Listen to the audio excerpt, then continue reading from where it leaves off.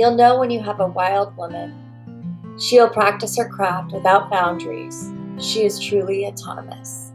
Her loyalty is only to the family she serves, a midwife who will not allow herself to be held back by a system she didn't create.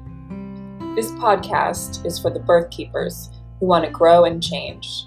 We are open to learning through self-reflection and supportive community. We are creating this space to explore without judgment. We are remembering we were Born wild.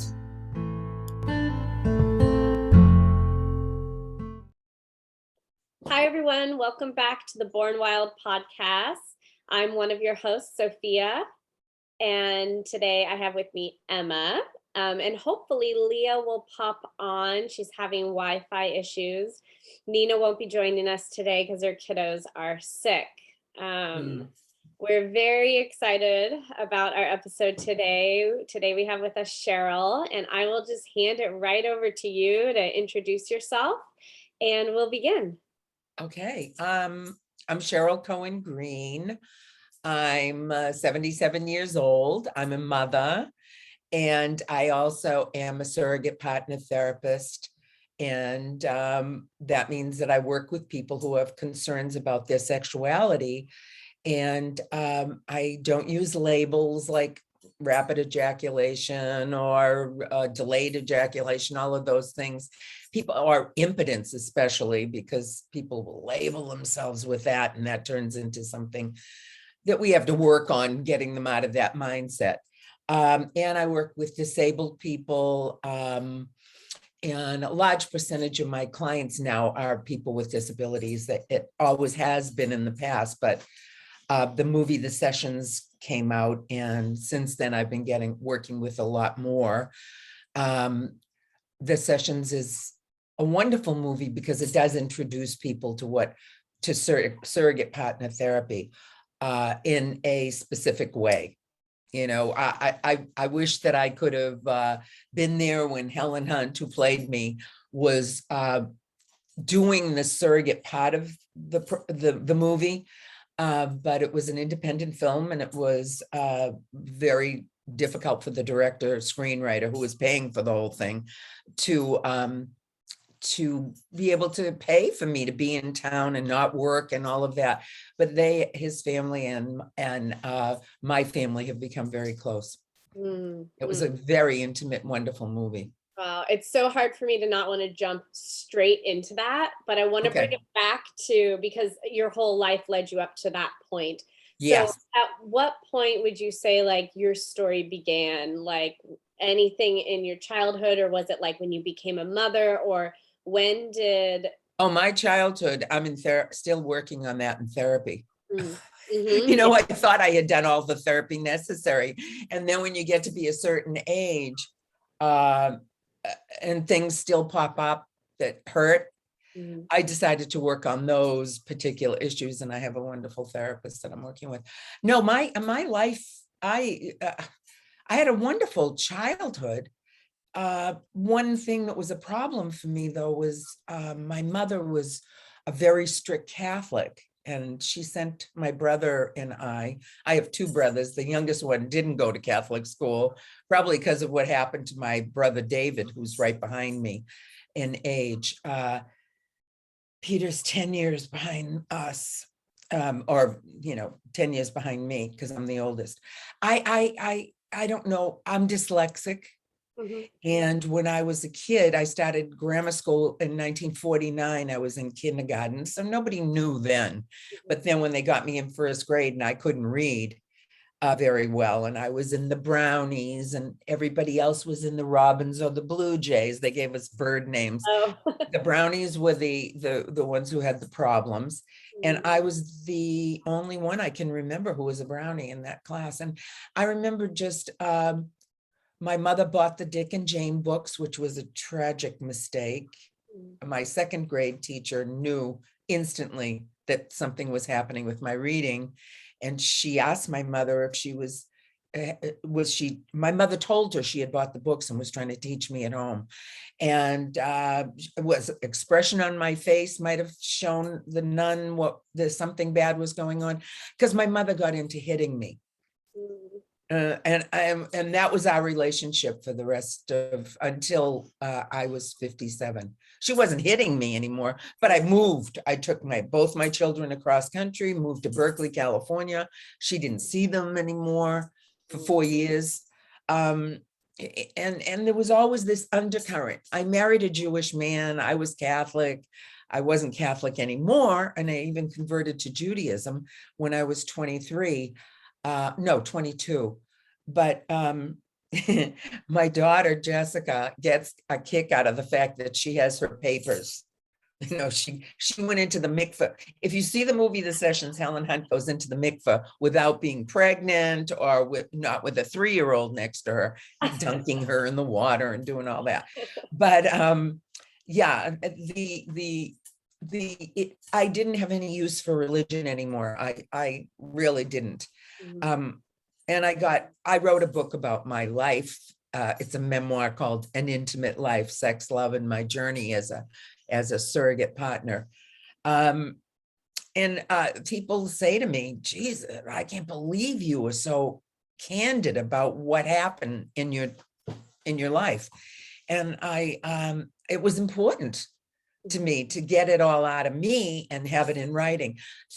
I hate to say this, but thank God both my parents were dead when the book came out, because I did talk about my relationship with my mother, but I didn't blame her anymore. I realized I wound up having compassion and feeling, I always loved her. I just didn't know what the hell she was so mad at me for, and she didn't know. So why do you make me do these things to you? Yeah. And I looked at her and I said, I don't know why. What am I doing? I'll do anything to not have you come after me the way you do. Yeah, it was horrible. And she didn't remember her childhood very much, very little of it. I said, did somebody hit you? And she said, somebody was trying to reach me and I was under my bed trying to push to the wall so they couldn't grab me. And that was a prominent memory. And I read Alice Miller's book, For Your Own Good, and it blew me away because it explained so much. And thank God I in reading it, I realized she and my father had gone through their childhoods at a period of time. I mean, she was born in 24, he was born in 21. I was born in 44. So it's like everything's different each generation.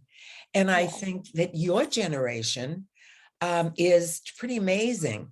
I mean, you know a lot more than I did when I had kids. Like I told you, I was bathing my daughter and I was proud of myself for keeping her alive. Oh, I was too for mine. That never changes. Yeah. But I grew up in a Catholic family, and the thing I heard that somebody was putting their children into Catholic school, and it was on NPR, and I was thinking, no, do not do that to them. I mean, confession is torture for children. In the beginning, I didn't know what a sin was. Then they started telling me. Well, and then I learned about masturbation on my own because I had trouble sleeping at night due to my mother couldn't stand that my hair was straight and fine, and she set my hair every night, and I had to sleep on these little different things that she bought, pink things. It's hard to sleep with those things on your head. So I was diddling around and I discovered my clitoris. Wonderful. I was thrilled, but I had to go to confession. And I knew that if I didn't tell the priest I was committing a sin of impurity, and that's what it was called then, that I would go to hell immediately, if not sooner. I mean, something bad was going to happen to me. Same thing happened to me when I moved to California. I married my Jewish husband. He was an amazingly wise man about children, not about women, but about children. He had told me that he wanted to raise our kids. We never needed to hit them. And I was afraid to have children. Yeah. I thought that that's what you had to do. Yeah. And I told him that. And I even tested him. I said, if we're in a canoe and you and I and the baby are in this canoe and it tips over, who are you going to save? Mhm. He said, I'll save you. We can always have another baby. Oh, that's how young we were then. And I thought, marvelous. He said the right thing. Well, he knew he was saying the right thing. I didn't know that. And then right after she was born in 1965, he was so thrilled to see us come out of the delivery room because he wasn't allowed in there then. And I never saw that expression on his face, only twice, how happy he was when he saw our son and our daughter. And we raised them so they could talk to us and tell us what was going on. And he did something my parents never did. I mean, every time when the kids would go downstairs to bed, he'd go down and he'd hang out with them and lie down next to them and say, what happened today? Did you enjoy? What wasn't good? He'd sing them a song that my son, I didn't know he sang them the song because I was upstairs. And Jessica Allen, my son, said, oh, Mom, do you remember the song Dad used to sing me? I mean, he's 53 now, but when he had his kids, his 21 and 20, Julia's going to be 23. Yeah. He wanted to sing that song to them and I didn't know it. And Michael had died. Well, not while we were still married, but he had died in 2001. And yeah, he was a good dad. He was just a terrible husband. Yeah, I think it's so important, the point you're bringing up about like breaking generational traumas. There's this new Disney movie that my kids are obsessed with right now called, of course, I'm going to forget the name, Encanto, I think it's called. Yeah. And it's about, there's no like bad guy. It's about breaking generational traumas and like not allowing these to perpetuate themselves. And it's obviously the kids don't necessarily pick up on it right away, but it's such a beautiful story, you know, that can be your life's goal, you know, is to like end what was done to you. Exactly. You know? And that's what we did. And then a whole new thing happened to me with him, but that's, you know, that's in the book. When I delivered the kids, my deliveries were extraordinarily quick. Yeah, I'm curious about like your pregnancy. Was there anything to note there? And then yes, about your deliveries and your postpartum. Well, I was 20. I had just been, I got married in August of 1964, and I was 19. And then I gave birth to Jessica in June of 1965. So my birthday is in September. So here's my dyslexia. I can't even figure out the differences right there. But I was 20 when I had her. Okay. Pushing 21 because of the 9 months of pregnancy and all that. I really, really love being pregnant. It was so much fun. Nobody took pictures of me. I wish I had a picture of myself because I used to run around like Jackie Gleason and do Away We Go. And, you know, my husband and I mean, he taught me to be comfortable in my body with him. And I didn't run around naked in the 60s. I was always, you know, it just didn't feel like, why should I? Why is, you know, there were a lot of people doing all sorts of crazy things and fun things too. But when I had Jessica, when did I do? One of the things that we did with both my kids was we didn't try to hide our bodies from them. I mean, if I had to go to the bathroom and I was naked or getting out of the shower, or it was a hot day and I was just walking around the house, it wasn't a big deal for them either. Mm-hmm. But my pregnancies were easy. And I kept waiting. You know, the doctor told me the next time you get pregnant, because I wanted to have at least 2 children, he said to me, you better get to the hospital quickly because you came very close this time with the first one. And the second, because you gave birth very quickly? Very quickly. Yeah, I got there, I was reading From Russia with Love, and I'm lying there in bed, and the contractions are mild.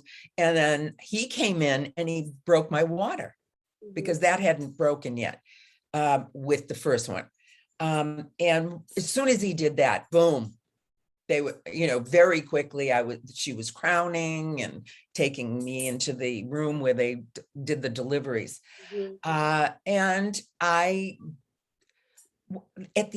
said, I told you about the Lamaze method and all of that, and I didn't know, and I was trying to do breathing. Oh, we actually weren't recording when you told us that, so if you could okay, yeah, like I wanted to take the Lamaze breathing course because I had heard it was so good, and it would help the woman deliver and in hopefully an easier way. And mine was pretty easy. But when I got into the delivery room, I was in the midst of birthing and they gave me a spinal. Oh, no. Yeah. And I was numb from the waist down after, and she came out before it even really affected me. And when I had my second baby, Alan, I just said, I do not want a spinal. I've taken the Lamaze course. I will get through this. And it was, a lot of breathing and knowing what's going on and listening to what the doctor's saying to me. All right, go ahead, start pushing, blah, blah, blah. So she was, my water broke with her because the doctor sent the nurse or doctor told me to go into the bathroom. With my second child, go into the bathroom and give yourself an enema. And I was thinking, isn't this your responsibility? I got to go in here. What if I have the baby in the toilet? I was so naive. And I got in there and the water had broken and I'm in there. Was I giving myself an enema? No, it was just peeing. Right. The enema came with surgeries and that's a whole other story about multiple surgeries to my reproductive system. Oh, wow. I still have a uterus. I do not have ovaries and fallopian tubes. Bad Dalcon Shield almost killed me in the 70s. And it was just a horrible experience. But I was in Kaiser and by that point, and I am not afraid to talk to doctors. And I tell them what I don't want and don't take anything that's not damaged, so I've managed to hang on to those, to my uterus because, people go out and get hysterectomies and they need them. Yeah. But sometimes the doctors just say, you're not going to have any more kids. We'll just take this. And, and they don't even consider how important the uterus is, the part it plays in having an orgasm. Yeah, well, even just like structural, it holds things up. Yeah, exactly. I said that to do not take my uterus. And this doctor told me I had a morbid fear of hysterectomy. Well, my mother had one when she was 35 because she had large fibroids and they did it. And nowadays they don't need to take your uterus if you have fibroids. But yeah, I just said, do not touch my uterus if it's healthy, because it's important and I said this because I was already a surrogate too. I said, it's important when I have an orgasm, it contracts, it goes through its paces, it lifts off my bladder. I said, I don't want that, anything damaged. The shield damaged, the Dalcon Shield damaged my fallopian tubes and cysts started forming on my ovaries. So I had multiple surgeries, 3 altogether, to have them removed. And there's what did you say it's called? A something shield?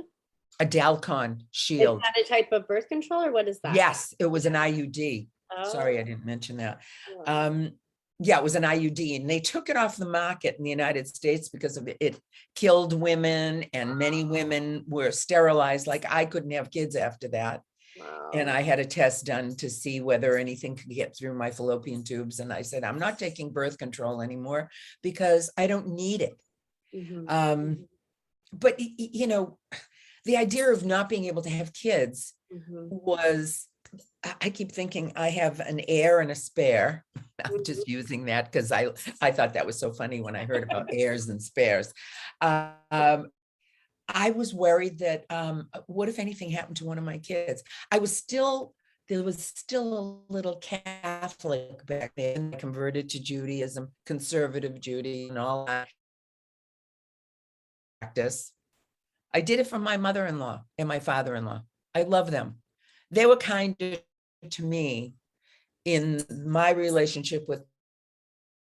They were so generous. So, oh, my father-in-law and mother, they used to kiss me goodnight. I mean, I thought, I'm a shiksa. What are they so happy with me for? Well, I had no idea the women that Michael was bringing home before he brought this little Catholic girl from Salem, Massachusetts. They said that we couldn't believe you. It was so sweet, so nice. I just said, So at what point did you get introduced to, well, actually, before I go there, I'm curious about you're feeding your babies. Did you nurse your babies? Did your babies have yeah, formula? Yes, you nursed. I nursed both of them. And how I was that did. experience for you? Did it come easy? Oh, it killed me with Jessica, but I kept going. I wasn't bleeding, but my nipples were really sore. And I was, I didn't know about the Little HA League. Nobody talked about that. No hospitals were telling you that you could do this or you could do that. And my mother had told me that I was the only one of the three of us that she breastfed. I was her first and she breastfed, but she didn't breastfeed my brothers. And I don't know why. I don't remember asking her. But I know when I was breastfeeding Jessica after she was born, I was home at my parents' house and she was hungry. And so I had this shawl that I wore, or if I had a turtleneck, I lifted it up over my breast, whatever breast I was breastfeeding. And my mother told me to go up. What are you doing that for here? Like that. And she sent me upstairs to they had a rocking chair in their bedroom, my parents' bedroom. And my father came home and he wanted to know, where is Cheryl? And my mother said, she's upstairs because, she was breastfeeding and I wanted her to go upstairs. He said, get her down here. The boys have to know what breasts are really for. It's not just Playboy magazine and all. And I loved that my dad did that. That was great. And then I was always careful. But my experience of both pregnancies, the second one was easier because I had taken that course. And I had the coach from the Leleche, not the Leleche, but from the breastfeeding, not breastfeeding, geez. Lamaze? Yes, thank you very much. I'll need those kind of help, that kind of help. But she didn't have any, she was there, but I was transitioning every step of the way into what I had learned in the class. And it really was so much easier because the first birth, I kept reminding myself, my aunt had 10 children, 5 boys and 5 girls. My great grandmother, who I knew and was alive until I was in my teens, she had 9. My grandmother was the oldest of the 9. She actually helped her mother deliver several of the last kids. She was 16 years older than her sister. She was, older than a brother. I never heard that. I didn't think to ask her if she was there for one of her youngest brothers' delivery, but she got she was amazing. And she was my favorite person in the world, actually. I was her oldest grandchild, and the worst thing she did was to tell everybody, she's my favorite. Oh, when I would walk into the house with the 10 kids, when they got older, they'd say, okay, here comes Nana's favorite. I said, please don't do that to me. But we all loved each other. I still love them, and I see them when I go back east. Yeah. So birthing was good for me. I often don't talk about my delivery with women who, if I'm listening to women and they're talking about how tough it was and how many hours it was. And I remember being in the pre-delivery area and I didn't know the woman. I heard her and her husband was with her, and she was sobbing because it was so difficult, and she'd been going on for hours and hours, and he was saying, please let them give you something, please. It's important for you to be feeling, not to be in such pain.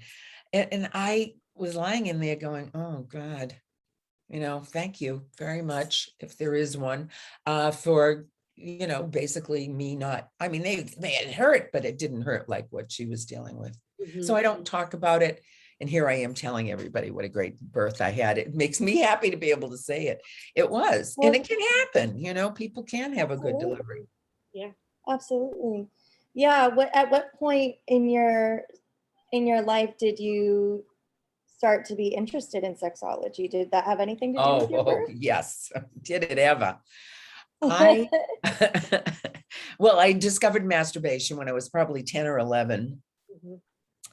And I went to confession because I was still in Catholic school, and I had to go. I mean, I didn't want to, there was a special place in hell for people who didn't confess their mortal sins when they went to confession. When you mentioned that, I was just trying to picture my children thinking that, and like, what a terrifying image that would be to a kid.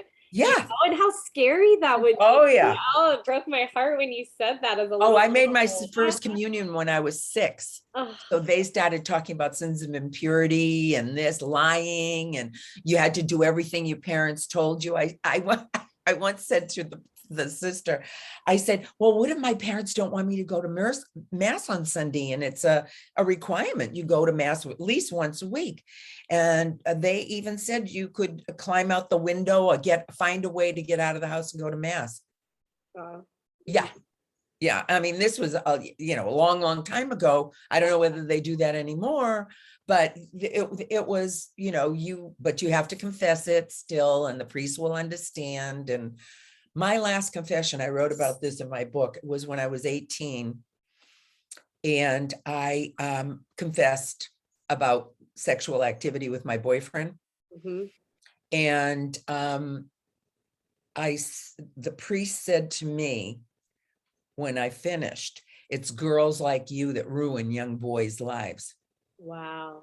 And I said to him, what about my life, Father? And he had nothing to say to me. And I just had it. I stood up, got out of the confessional without saying, supposed to say this whole long prayer, and then you get your whatever penance they're going to give you. And I left the church, and my boyfriend was waiting outside for me in the car. And I said, quick, get out of here. I think the Monsignor's coming. There are levels of priests. And we took off. And I didn't tell anybody. Yeah. So I went to confession, didn't ever finish it. And then I continued. I didn't go to confession anymore, but my mother didn't know that. I didn't tell them I'm not going to confession. And I went around feeling like any minute I could get killed. Something would happen and I'd be in that special place in hell. Right. And so it was horrible. And when I met my husband, the Jewish guy, he was the most free person I had ever met, and comfortable with his sexuality. And I'd say to him, we worked together in this structural engineering firm in Boston. And he said to me, he'd come in and he'd be at the bubbler. Do you know what a bubbler is? A water fountain. In Boston, we call them bubblers. Oh, that's cute. Isn't it? Yeah, it bubbles. And I said to him, what did you do all weekend? And because he was the office boy and I was the secretary. And he said, well, I was home. I'm going to say the word fucking because that's what he used. I was home fucking all weekend. I said, did you get up and go to dinner or anything? He said, yeah, we did manage to do that. And I thought, oh my God. And he used the word, and I never said that word. I really didn't. And it was so bad. And I remember saying shit when I was 5, when my dog got run over by a car, chasing the car up the street, yelling, shit, shit, shit. And, I thought that was horrible. I didn't tell my parents. I was afraid neighbors might have heard me yelling, and, that was a bad word. Yeah. But he taught me how to say it. I remember the first time saying fuck in front of my mom was she had accidentally run over my cat, and I had grabbed up the cat and we were heading to, the The vet vet? or whatever, and she was bleeding, and I was trying to keep her from like clawing me because she was so scared. And I remember Oh, saying, "Oh fuck." And then I remember being silent the whole ride and wondering like, am I going to get in trouble, or is this one of those situations that's like, okay, well, it's understandable? And she never said anything about it. oh I no, remember being no, like, oh God, am I going to be in trouble? But we definitely weren't raised, I didn't think I was going to hell. I just wasn't no, sure if I no, was going to be disciplined. no. But before we were talking about, and then I distracted you with the idea of confession. You were talking about how your births helped shape you going into like sexology work Well, and like my how that, sexuality. Remember you yeah, asked me, Emma? I yeah, think you asked me about Yeah. what was I always, interested. Well, since I discovered masturbation, I can remember thinking to myself, wow, this feels familiar. I wonder why I ever stopped this. And my mother Yeah. never allowed us me and my brothers to close the bathroom door or our bedrooms doors. wow. She didn't want us doing anything that she couldn't, that she shouldn't see. Mhm. And Okay. oh my God, that was, she was, I think she was standing in the doorway once when I must have touched myself while I was sleeping or something. And what are you doing? Get your hands out from under those blankets. Put your hands out. Wow. And I remember thinking in my drowsiness, oh, I'll have to ask Mom if she came into the room last night or she was standing in my bedroom doorway. And then I woke up and I thought, why would I ask her that question? The last thing I want to do is activate that anger. And that's kind of the way we were always judging me, angry with me. And I started having sex when I was 14 Mhm. with my boyfriend, Mhm. my first boyfriend. And he was 17, and I thought I loved him until my grandmother told him, was so enamored of him. She kept saying to me, oh, this is way too young, you falling in love at this age. It should be happening later because he's the right one. Oh, Well, I didn't marry him, right? He had a whole idea of how things were going to go. But I mean, he was a very respectful. I told him, I please don't tell anybody what we're doing, mhm. because my mother had told me girls get reputations if they have sex. This is way before I was having sex. She was, see that woman over there? She's a tramp. And I just thought, okay. And he thought it would be fine if I got pregnant. And I said to him, his name was Harry. I said, Harry, I'm 14 years old. I was 13 last year. I mean, I really had the common sense to say this to him. I Yeah. said, I'm not ready to have a baby. Mhm. I want to, and I don't even know whether I want one because I didn't know what being a good mother was in Yeah. terms of gentleness and kindness and loving. You never, oh God, the idea. One time when my daughter was about, I don't know, 8 months old, she was, I scared her. I was mad at her father and I grabbed this hurricane lamp that was on a pole and I shook it because he was doing some things that he normally did, ignoring me. And it broke. Mm. And she was looking at me and go like that. And I had this thought, oh my God, Mom must have seen that look on my face when she started hitting me because I couldn't read. Mm. And I was so angry at the idea of you see this little sweet kid being afraid and you keep doing that to her. Mhm. Yeah, no, I mean, I love my mother. I really did love her. I just thought something was horribly wrong with me. And Well, don't, and it just goes to show that both of you were suffering, and like she was suffering too, and nobody helped her when she was little, and nobody helped her when she was an adult, and I I couldn't tell yeah, anybody though. yeah, I couldn't talk to my grandmother who I adored, who was my father's mother. I couldn't tell her because she would have been enraged and she would have somehow transferred the information to my mother without meaning to, and my mother would have been even worse. Yeah, no safe No safe safe. people to No, talk no, to. no. I would go to her house all the time because I felt loved and cared about, and she was so wonderful.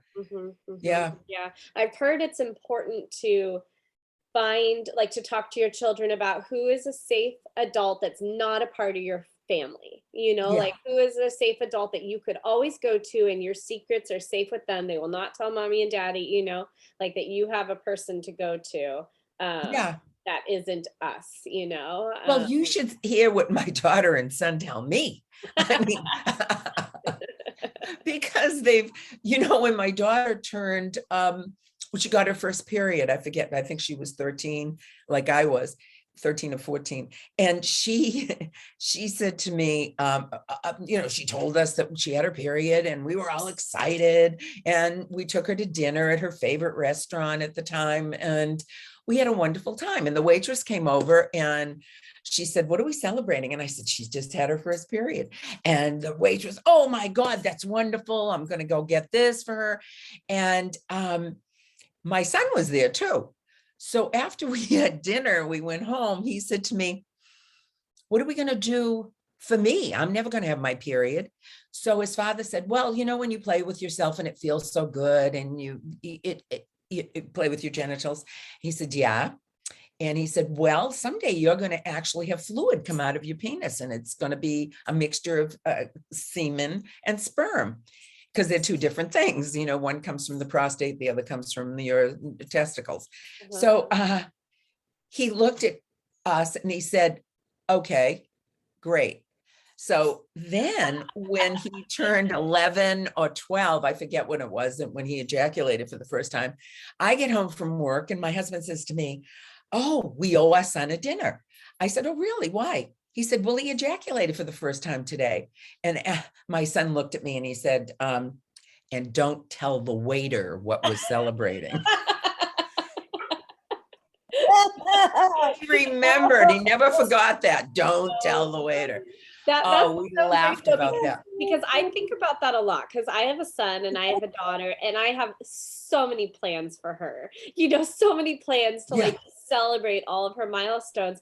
And yeah, it is. It's like, okay, well, but what about my son? I want him to be celebrated. I want him to have these like milestones and momentous occasions. And for some reason, 7 feels like a big deal for me for kids. I don't know. I feel like that's that in Waldorf too. It's like there's this stepping stone from being a little kid to like, growing up. And my acupuncturist, Chinese medicine doctor, has mentioned that 7 is a big deal for boys specifically. Their hormones start to change. And but yeah, I've wanted some like celebratory things. So there, I can let you know. And there's a bracelet.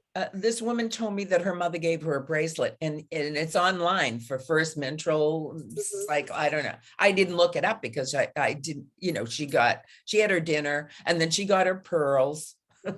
When she turned, I forget how old she was, but she didn't have a bat mitzvah.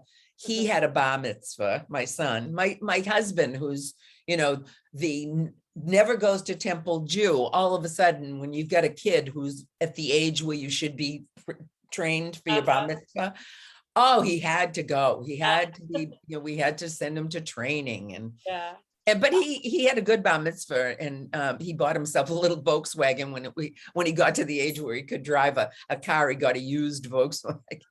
Well, I love how open you have been with your children. I think a lot of parents just don't know what to say, or like that they're going to say the wrong thing or give too much information or overwhelm. Oh yeah, you can give kids too much information. Yeah, or like damage them in some way. How did you find the balance and what to tell your children and what was appropriate? And because there wasn't internet then, to find out, no these things. internet. How did you find the boundaries? Well, it helped me a lot. When I started doing surrogate work, it was in 1973, and one of my trainings, somebody who was a former surrogate had told me, I mean, not a former surrogate because I was probably one of the first, but she had thought about becoming a surrogate. And she said San Francisco Sex Information's training was fabulous. So, and she said, and she contacted the people on the training staff she knew, and they were having a new training coming up in November. And I was about to start working with clients because I had taken a course that Masters and Johnson had offered to doctors and UCSF, and sex therapy was just blossoming, and surrogate work was blossoming, although it's been around since before it was birthing. The International Professional Surrogates Association is down in Los Angeles. What exactly is Oh, surrogate therapy? Surrogate therapy is, I discovered that, a girlfriend of mine handed me the book, Surrogate Wife. It was a paperback. She said, Cheryl, she had known me for a long time. She said, I think you'd be good at this. And I read it and my interest was perked. And it was a woman who, Masters and Johnson, if you ever saw the show Masters of Sex, it was about Masters and Johnson and how they evolved their sex therapy to include for men who are single or widowed or whatever, to come in and get help if they were starting to date and they were having sexual problems, like not having, and I hate that word problem, concerns, like not getting an erection, like losing erection when you want to use it, but like rapid ejaculation. It's not premature anymore, it's rapid. Delayed ejaculation, being a virgin.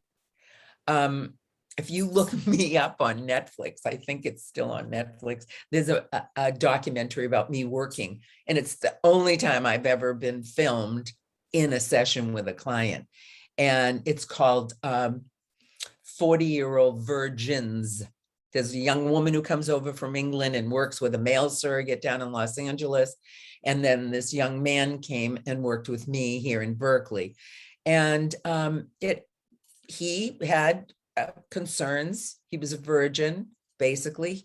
And it's an interesting, I did it because it would show people how we work as surrogate partners. The clients are all referred by therapists. The client who refers them is the person that I keep in touch with. I get the client's history, and everybody's got permission. They know that this is going to be how it works. Nobody's surprised. Although men keep coming over the years, they've come and thought they were going to come and have sex.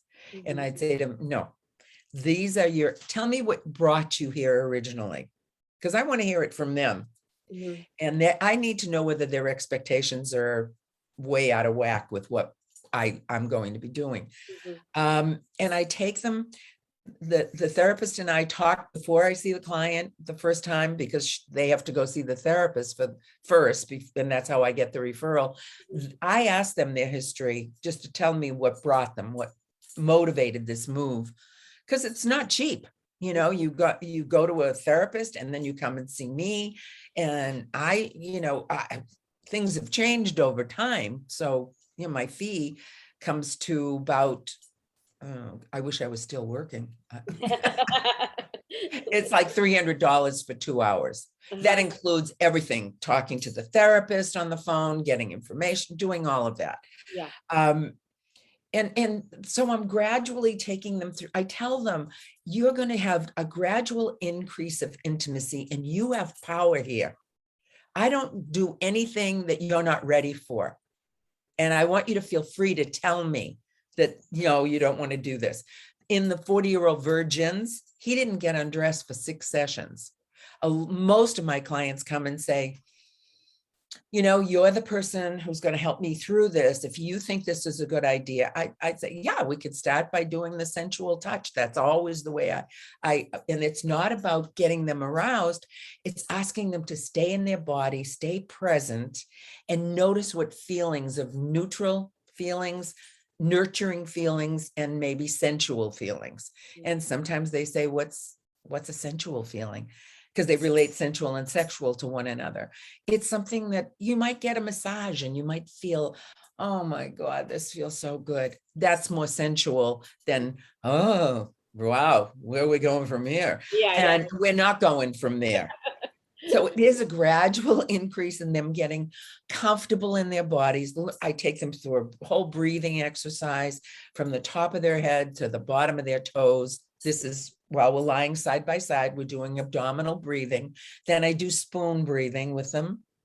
And I snuggle up behind them and I watch their bodies. Their shoulders will start to do this sometimes, not all people. And I just have them be aware of it. Drop your shoulders, take a nice deep breath. And I take them through this process. And then I check in and I say, okay, I'm going to go to the bottom of the bed and I'm going to kneel on the floor because it's good for my back to be on my knees, not to be standing and bending. And I want you to, I'll remind them later, not that day, but the next day, time we see each other, they can touch me. And I remind them it's not about arousal. It's about noticing those three things: nurture, neutral, and sensual. And so many people over the years have said, nobody's ever touched me like this. I studied with a woman named Margaret Elka, who was from Norway or Sweden. She was an amazing woman.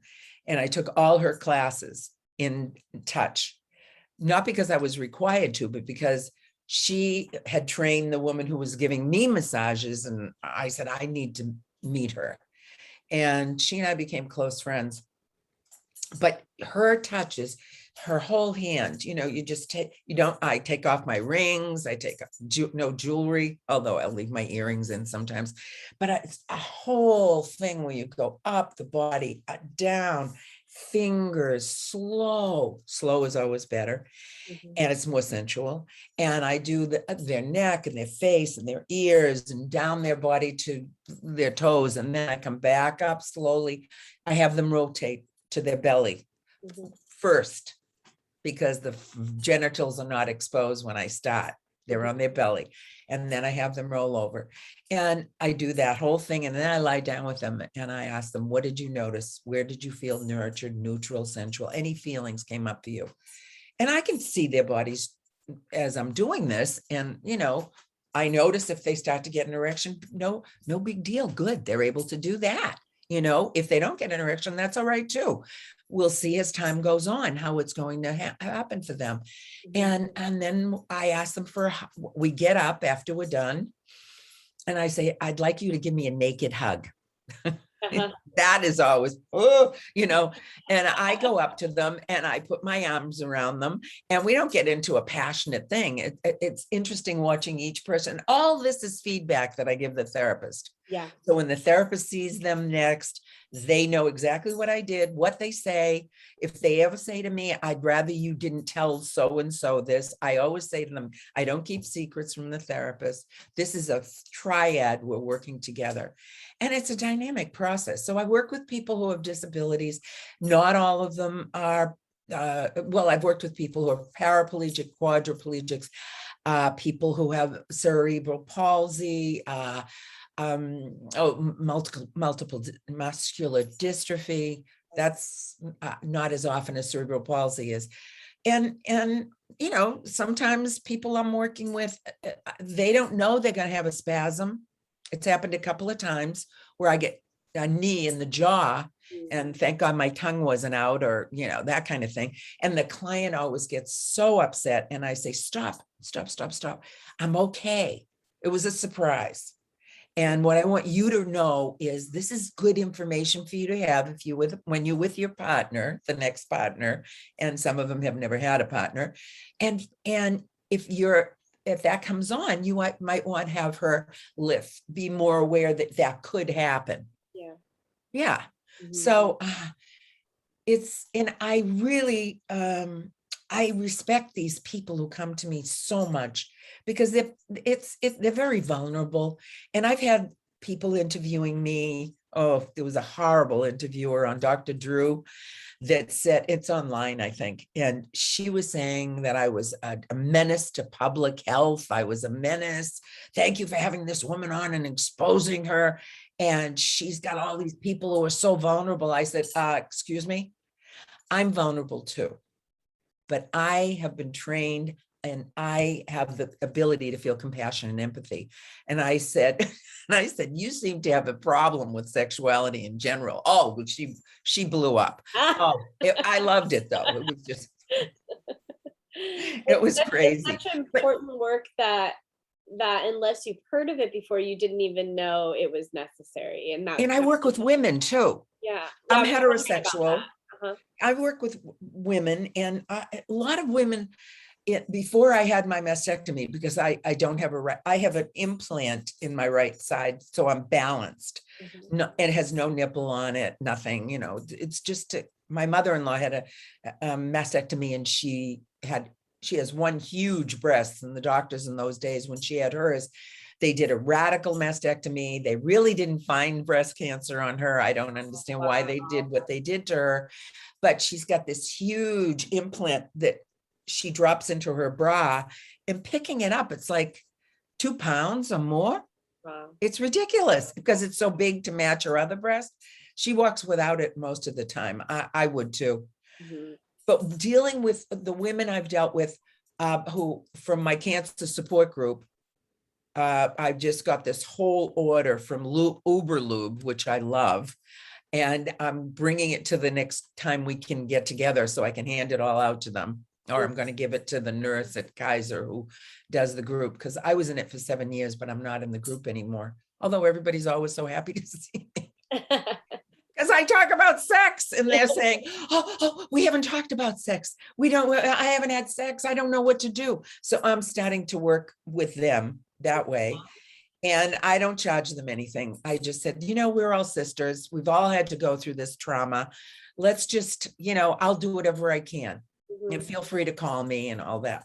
Mm-hmm. The other women I've worked with who are women who have thought that their husbands have kind of said, well, you might want to think about implants and facelifts. And this woman was standing there. She was so beautiful, and she had, fake boobs, and she had her ass lifted, and she didn't think she was perfect enough. And I said, as far as look at me, I didn't have a mastectomy yet, but I was never perfect.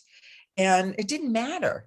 It's all up here, So just getting the woman to evolve a little bit more and love her body. Don't touch it anymore. It's just the way it is. You've gone ahead and done this. It's not bad, but it's not, you loving yourself is more important than, and I even say this, than your husband loving your body. And that's a condition of being with him.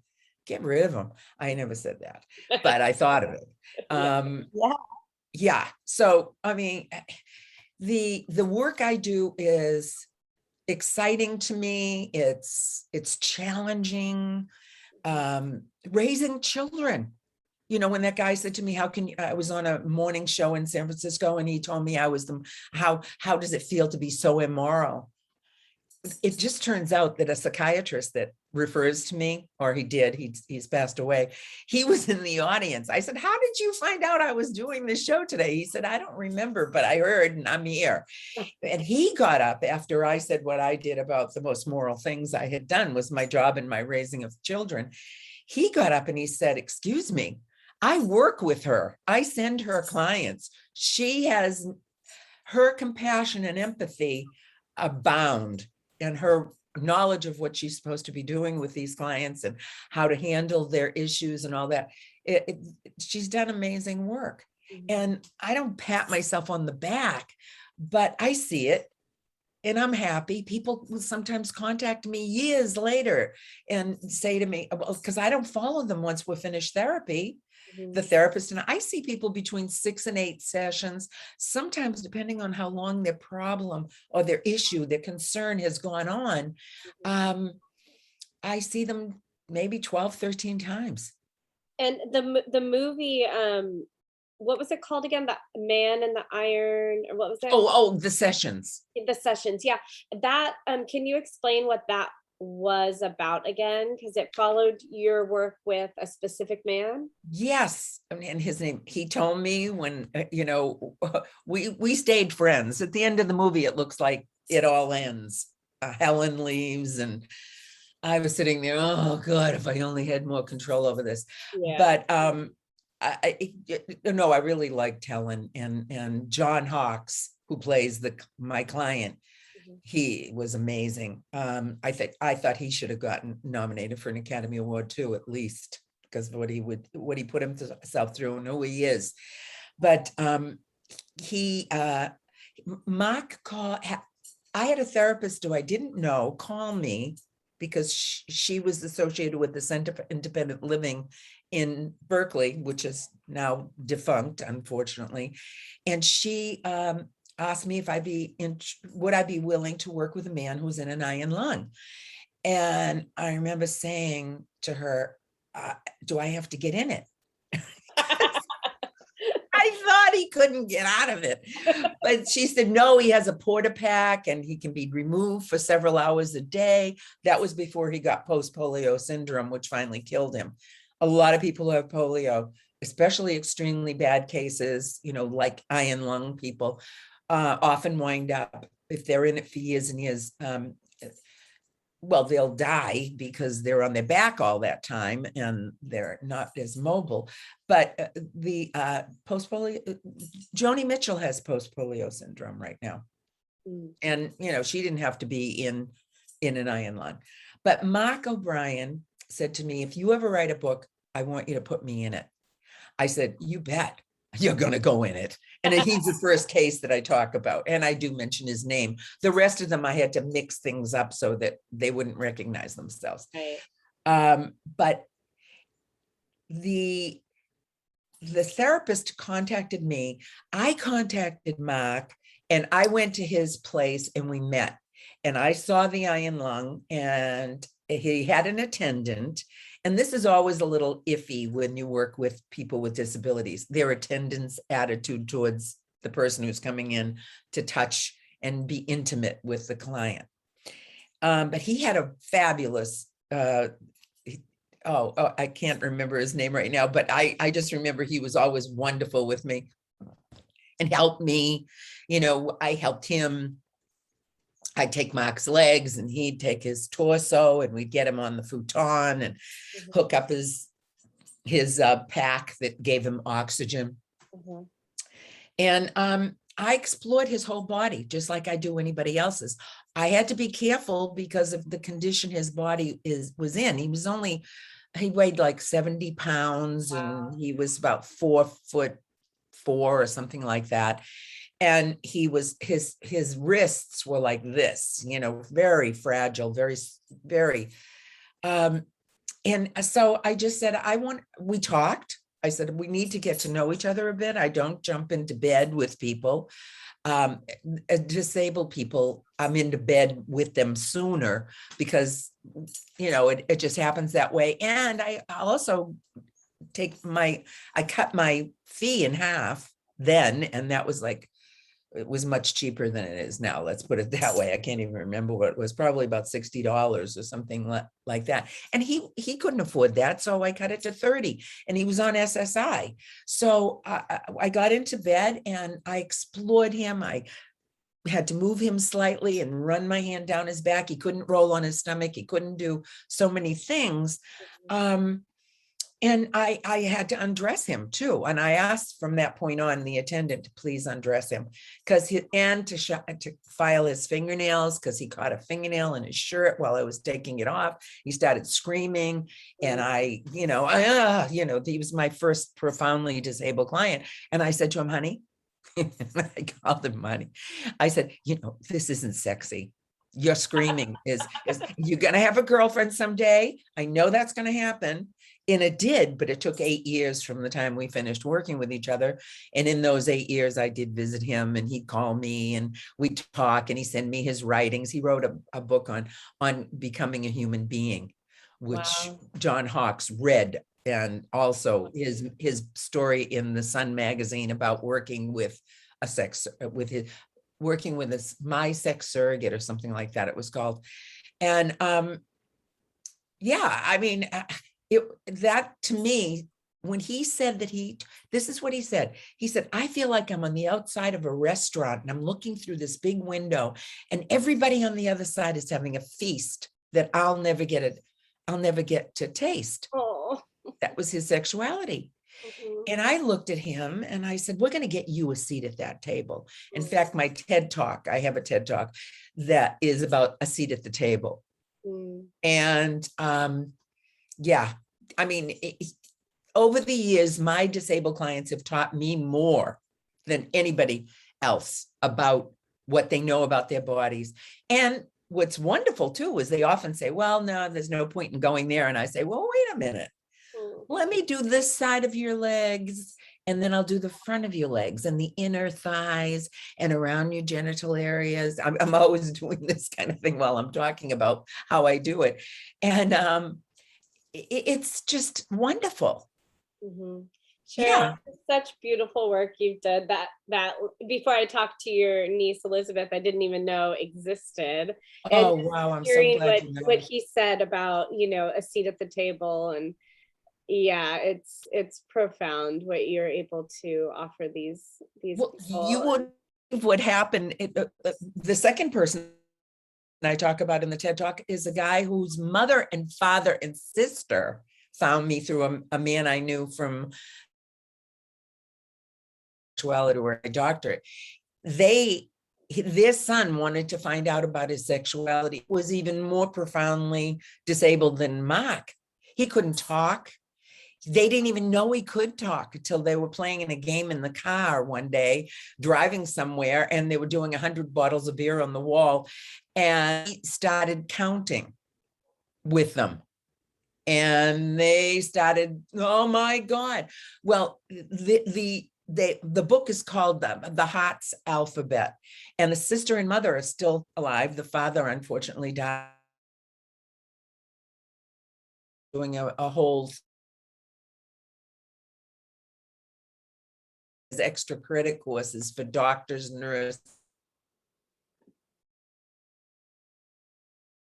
people. I mean, they know how to treat them in specific situations, but as far as their sexuality is concerned, people look at disabled people all the time and never think of them as being horny or, being good lovers and what I look at is, oh, the potential is here. Yeah. What they need is somebody to just kind of guide them. And up until COVID, I was doing that. Yeah. Oh. Yeah.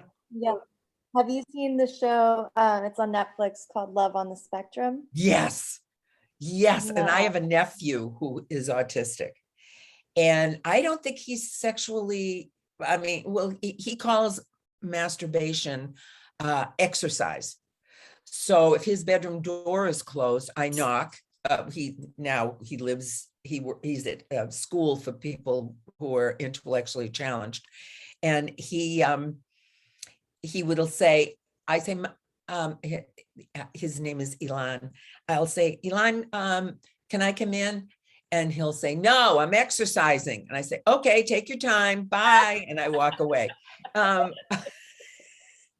But I have told him, I said, Elon, if you ever want to talk to me about anything, including sexuality, I won't tell anybody what we talked about. It's between you and me, but I want you to know that, I'm that I work in the field of human sexuality. So I have some good information if you ever want it. And okay, Cheryl, thank you. That's it.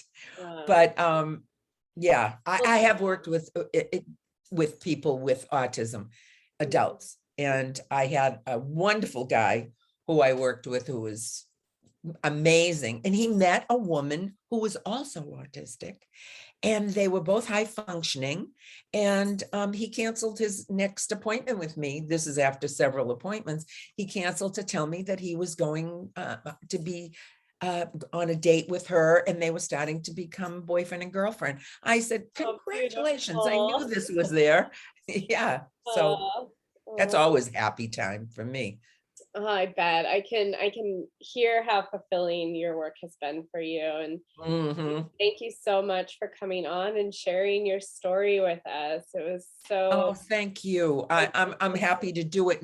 I don't know whether I covered having kids enough, but to me, the thing I'd like to leave everybody with on this is talk to your children, respect them. Don't use force. I mean, you can pick them up, distract them. I've never hit my kids. And, coming from where I came, that is so important to me. Yeah. And I would say too, finding an outlet for yourself as a mother too. I have a a group of girlfriends that we call ourselves the Bad Moms Club, because we're allowed to tell each other the worst of our days and we will not judge each other. Oh, I love that. Be bad moms with each other and be like, oh my gosh, I wanted to strangle my child today, and there will be no judgment. We'll say, good job, you didn't do it. Like, you get a gold star for not strangling your kid. Oh, I wish I had that kind of group. Yeah, because like when you have these thoughts, you think, oh my God, horrible mom. But it's like, no, we're all just like doing the best we can. And it's good to be able to like vent and process and celebrate, the fact that you didn't kill your kid today. Yeah. But yeah, so we do have last 3 questions for you that we ask everybody. Okay. Same 3 questions. Emma, do you want to start? Sure. Okay. So my question for you is, so your belly button has the ability to, upon pushing it, anything can happen. So you push your belly button and anything can happen. You can have a superpower, like anything can happen. What happens when you push it? I don't push my belly. I have an innie. I used to dig around in it and smell my finger and think, God, is that connected to my asshole? Because it was old stuff, I'm going to stick my finger in my belly button right now. It smells really good, but I use Q-tips in there to keep it clean. But, my belly button has never been a focal point, but I wonder if an outie would be more sensitive. That's funny coming from somebody who has spent her life touching every area of everybody's body in detail. We found the one area of the body that you forgot. Well, I haven't forgotten it. It's just, it doesn't, it doesn't do anything for me. Neutral. Although I feel something deep in my, probably around in my vagina, something's going on with, I stick my finger deep into my belly button. There's a little thing, but it's not like, whoa, that's good, I'm going back for more. No. But if you could touch it and anything could happen, what would it be? Oh, well, if it could be an orgasm, that would be fantastic. Just play around with my belly button and I'd love that. Yeah, that's a good one. Okay, well, how about this one? If you could go back to teenage you and give her any advice you can give her, what would it be? You don't have to have sex just because the boy wants it. Mm-hmm. Yeah. Mm-hmm. That's a good one. Yeah. Mm-hmm. What's the third one? You want to do it, Emma? Do you remember what it is? I'm trying to, oh yeah, okay. So I'm excited to hear this one. What is your most unpopular opinion? My most unpopular opinion would like to see the Trumps be banished from the planet. No. That's my, I don't know, opinion, but that misogynist should not be allowed to even open his mouth anymore. That's the way I feel. Exiled. He should be exiled to another planet. He can't come back. I mean, I was like going to say, is that actually unpopular? But I guess, to some people it would be. Oh, I am, it's affecting me emotionally. Mm-hmm. I can't even watch politics anymore. I love Rachel Maddow. I watch her because she's so brilliant in the way she puts everything together at the end. But I'm going through a stressful time because of what's going to come next. Yeah. I was born in 1944. I thought the United States of America was so wonderful. Now I find out all these horrible things that we do, and leaving all the Afghanis behind and all the people in Vietnam that were, trying to get on planes. I mean, there's so much going on, and Black Lives Matter. I've read the autobiography of Frederick Douglass. Should be read by everybody. What a brilliant, wonderful man. And, he was very articulate, and he spoke for his people, African Americans, Black Americans, wherever they came from, and non-whites, I really, really, I don't know whether I'm going to be here how much longer. I mean, I'm healthy, but my kids and their kids and your kids, we've got to make sure this place is neatened up, swept clean. Yeah. Well, if anybody listening wants to connect with you, can you list off a few ways people can reach you, and we'll include them in the show notes? Yeah, they can they could call me at 510-843-3526. They could go to my website, which is just CherylCohen-Greene.com. And Perfect.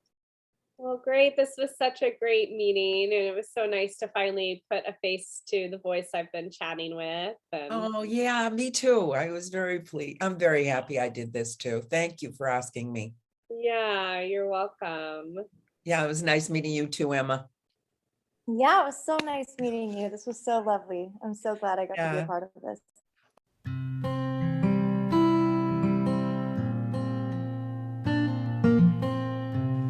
Thanks everybody for listening. You can find us at Born Wild Podcast on Instagram.